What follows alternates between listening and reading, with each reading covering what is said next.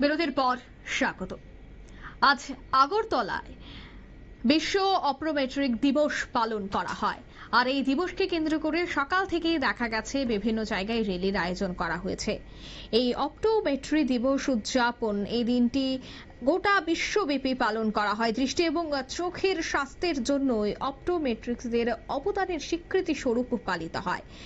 তবে এই দিবসটিকে সে সম্পর্কে যদি বলতে হয় তবে প্রত্যেক বছর 23শে মার্চ বিশ্ব অপটোমেট্রি দিবস পালন করা হয়, যা বিশ্বব্যাপী দৃষ্টি এবং চোখের স্বাস্থ্যের জন্যই স্বীকৃতি স্বরূপ। এবং এই দিবসটি কে কেন্দ্র করে এবং এই দিবসটি বিশ্ব অপটোমেট্রি সপ্তাহ নামেও পরিচিত। একটি সপ্তাহব্যাপী কার্যক্রমের অংশ, যা সাধারণত 21শে মার্চ থেকেই শুরু হয়ে 23শে মার্চে গিয়ে শেষ হয়। বিশ্ব অপটোমেট্রি দিবস উদযাপন করে দৃষ্টি যত্ন এবং চোখের স্বাস্থ্যের ক্ষেত্রে অপটোমেট্রিস্টদের অবদানকে সম্মাননা জ্ঞাপন করা হয়।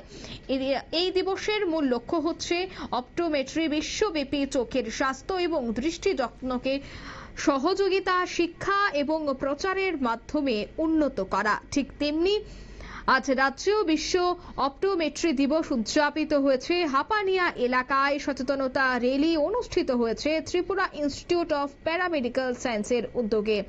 এই র্যালিটি আন্তর্জাতিক মেলা প্রাঙ্গণ থেকে শুরু হয়ে ত্রিপুরা ইনস্টিটিউট অফ প্যারামেডিক্যাল সায়েন্সের সামনে এসে শেষ হয়।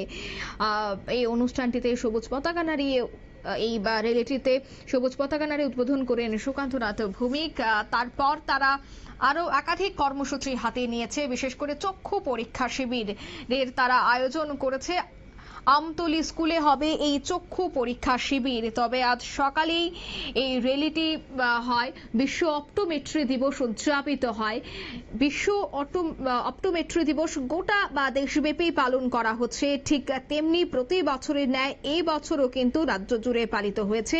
এই বিশেষ দিনটিতে বিশ্বে মানব জীবনের মান বৃদ্ধিতে চক্ষু বিশেষজ্ঞ এবং চক্ষু যত্ন নেওয়া এই সমস্ত গুরুত্বপূর্ণ বিষয়গুলি তুলে ধরা হয়। তার সাথে নিয়মিত চোখের যত্নের গুরুত্বের কথা স্মরণ করিয়ে দেওয়া হয় এই র্যালির মাধ্যমে। তারপরে কিন্তু তারা চক্ষু শিবির করতে চলেছে আমতলী স্কুলে।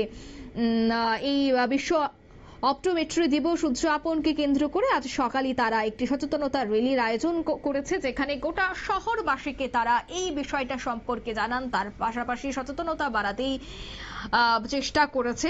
হাপানিয়া এলাকা অর্থাৎ আন্তর্জাতিক মেলা প্রাঙ্গণ থেকে এই র্যালিটি শুরু হয়, তারপরে কলেজের সামনে এসে এই র্যালিটি শেষ হয়। নিয়ে নিচ্ছে ছোট্ট একটি বিজ্ঞাপন বিরতি, সঙ্গে থাকুন।